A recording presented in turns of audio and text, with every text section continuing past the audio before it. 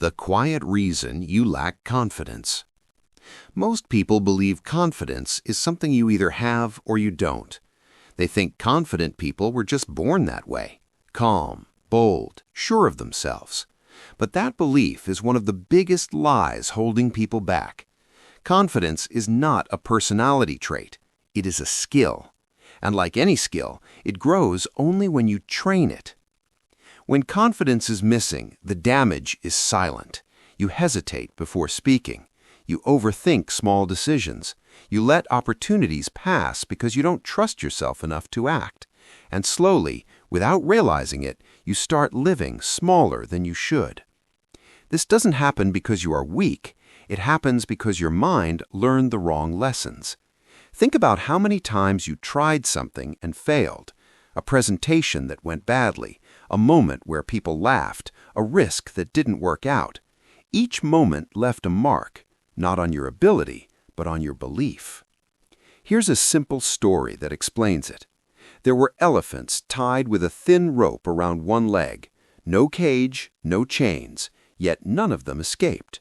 When they were young, the rope was strong enough to stop them. They pulled and failed again and again. Eventually, they stopped trying. Years later, even when they were powerful, they stayed trapped, not by strength, but by belief. That's exactly how confidence is lost. Your mind remembers the failure, not your growth.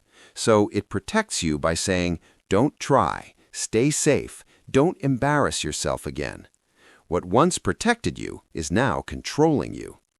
The truth is uncomfortable, but freeing. Most of your limits are outdated. You are not the same person you were back then. You are more experienced, more aware, more capable. But unless you test yourself again, your mind will never update that belief. Confidence doesn't come from thinking positive thoughts. It comes from proving to yourself through action that you can handle discomfort. You don't need to become fearless. You need to become willing. Willing to speak even if your voice shakes. Willing to try even if you might fail. Willing to act without waiting to feel ready. Because confidence is not built before action, it is built after action. And the moment you realize this, the invisible chains begin to loosen. If you've ever felt like something invisible is holding you back, even when you know you're capable, this is exactly where real change begins. Finding the beliefs that quietly control you. Confidence doesn't disappear overnight. It fades slowly. Not because you failed once, but because you started believing the wrong story about yourself. Most people don't realize this, but they're controlled by invisible sentences running in their head all day. These sentences decide how bold you act, how much you speak, and how far you go. They sound like this: "I'm not good at this. I always mess things up. I'm just not confident." The problem is, these thoughts feel true, but feeling true doesn't mean being true. These are called limiting beliefs. They're not facts. They're conclusions your mind made a long time ago. Maybe a teacher criticized you. Maybe you failed publicly. Maybe someone made you feel small. Your brain connected pain with action and created a rule: don't try again. The scary part? Most people never question these rules. They just live by them. So the first real step toward confidence is not action. It's awareness. You need to catch the beliefs that silently destroy your self-trust. Here's a simple exercise. Take a piece of paper and write down every negative thought you have about yourself. Don't filter it. Write exactly what your mind says when you feel nervous or unsure. Then look at each belief and ask, is this always true? Where did this belief come from? Is this a fact or just an old memory? Most of the time, you'll realize the belief came from one moment, not your entire life. For example, if you believe, "I'm bad at speaking," ask yourself, bad compared to whom? Bad forever or bad once, years ago? Now comes the most important part. You don't replace a belief with blind positivity. That doesn't work. You replace it with a stronger, honest belief. Instead of, "I can't speak confidently," try, "I can improve my speaking with practice." Instead of, "I always fail," try, "I've failed before, but I've also learned." This small shift matters because your brain listens to what sounds realistic. You're not pretending, you're updating old software. Every time you challenge a belief, you weaken its control over you. Every time you rewrite it, you loosen the rope a little more. Confidence begins the moment you stop believing everything your mind tells you. And once you see that most of your fear comes from old stories, not current reality, you stop being afraid of yourself. When you realize how many of your limits are just untested beliefs, you start to wonder how different your life could be if you stopped obeying them. Why action creates confidence, not the other way around. Most people are waiting for confidence before they act. They tell themselves, "I'll speak when I feel confident. I'll try when I'm ready. I'll start when fear is gone." That moment never comes. Confidence is not the starting point. Action is. Confidence is the reward your brain gives you after you move through discomfort. Think about fear for a moment. Fear is not a warning that something is dangerous. Most of the time, it's just a signal that something is unfamiliar. Your brain hates the unknown, so it tries to protect you by making you hesitate. The problem is, hesitation strengthens fear. Action weakens it. This is why people who avoid things stay afraid, and people who face things grow confident. There's a simple rule. The longer you wait, the bigger fear becomes. The moment you act, fear starts shrinking. You don't need big, dramatic actions. In fact, small actions work better. Your brain doesn't trust words. It trusts evidence. Every small action sends a message to your mind. I survived this. I handled that. I didn't fall apart. That's how self-trust is built. For the next 30 days, your goal is simple. Do one small, uncomfortable thing every day. Not something extreme, just something that stretches you. If you avoid speaking up, share one thought. If you avoid calls, make one. If you avoid being seen, post something small. Fear will be there. That's normal. The mistake is thinking fear means stop. Fear actually means growth is happening. Each time you act despite fear, you weaken its grip. Each time you avoid, you strengthen it. Confidence grows quietly, one brave decision at a time. After a few days, something strange happens. The same actions that once scared you start to feel normal. Not easy, but manageable. This is how confidence compounds. Not through motivation, through repetition. You don't become confident because life becomes safe. You become confident because you learn you can handle discomfort. By the end of this process, you won't feel fearless. You'll feel capable. And capability is far more powerful than confidence. Once you experience how quickly fear shrinks when you stop waiting and start acting, you realize you've been giving fear far more power than it ever deserved. How small wins rewire your brain.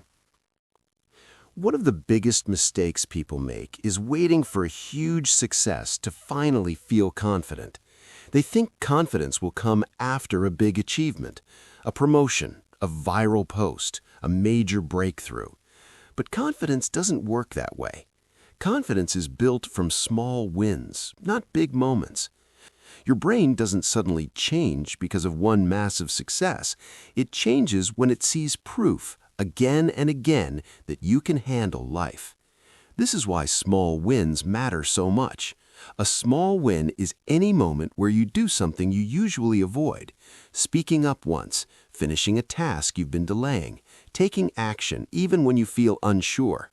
These moments might feel insignificant, but to your brain, they are powerful evidence. There's a psychological reason for this. Your mind builds confidence through repetition. Each win tells your brain, "See, I can do this. Over time, these messages stack up. That's why people who appear confident are often just people who have collected more small victories than others. They didn't change overnight. They trained their nervous system to stay calm under pressure. Here's something simple but powerful to do. At the end of every day, write down 3 small wins. They don't have to be impressive. Maybe you made a call you were avoiding. Maybe you stayed calm in a difficult conversation. Maybe you showed up even when you didn't feel like it. Writing them down matters. It forces your brain to notice progress instead of failure. Most people only replay what went wrong. This trains their mind to expect failure. You're going to train it to expect success. Over time, you'll start to feel more stable, less shaken by small setbacks, more willing to try again. This is what real confidence feels like, not loud or arrogant, but steady.